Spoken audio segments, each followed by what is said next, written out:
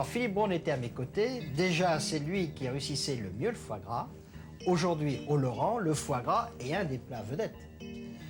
Alors que faisons-nous pour commencer avec le foie gras? Nous allons faire une terrine de foie gras d'oie. On le fait ensemble? Allons-y. Là, on commence, on sépare les deux lobes. On regarde s'il n'y a pas de traces vertes. Là, il n'y en a pas. S'il y a des traces rouges, on les retire.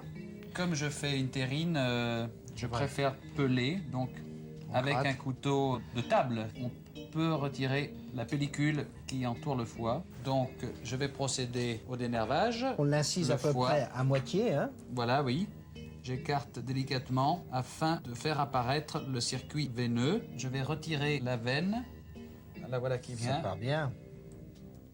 Et voilà. Ça, on peut le D'autres faire veines. sur l'oie, mais sur le canard, c'est pas trop recommandé. Le canard Très fond fragile. toujours plus facilement que l'oie. Là, on a 3 litres d'eau bien fraîche. On met 30 grammes de sel. 30 grammes 10 de grammes par sel litre. et on met notre foie à dégorger dedans.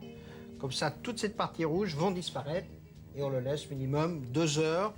Mais là, on le met au réfrigérateur. Hein. Oui, Philippe, là, tu as une terrine, une petite terrine pour 5-6 personnes. oui. 500 grammes de contenance. On pèse 7 grammes de sel, c'est-à-dire 14 grammes au kilo. 2 pincées de 4 épices. 2 petits pincées de sucre, quelques tours de moulin. Philippe, là, on l'a égoutté, on l'a bien épongé, on l'a posé sur un linge. On assaisonne surtout la partie le plus Interne, interne.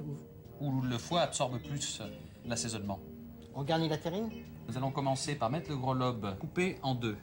Et je vais disposer le côté arrondi dans le fond de ma terrine. Et alors là, c'est très important de bien tasser pour éviter qu'il y ait de bulles d'air. Le deuxième morceau et le dernier morceau, donc dans le sens contraire du premier. Pour avoir...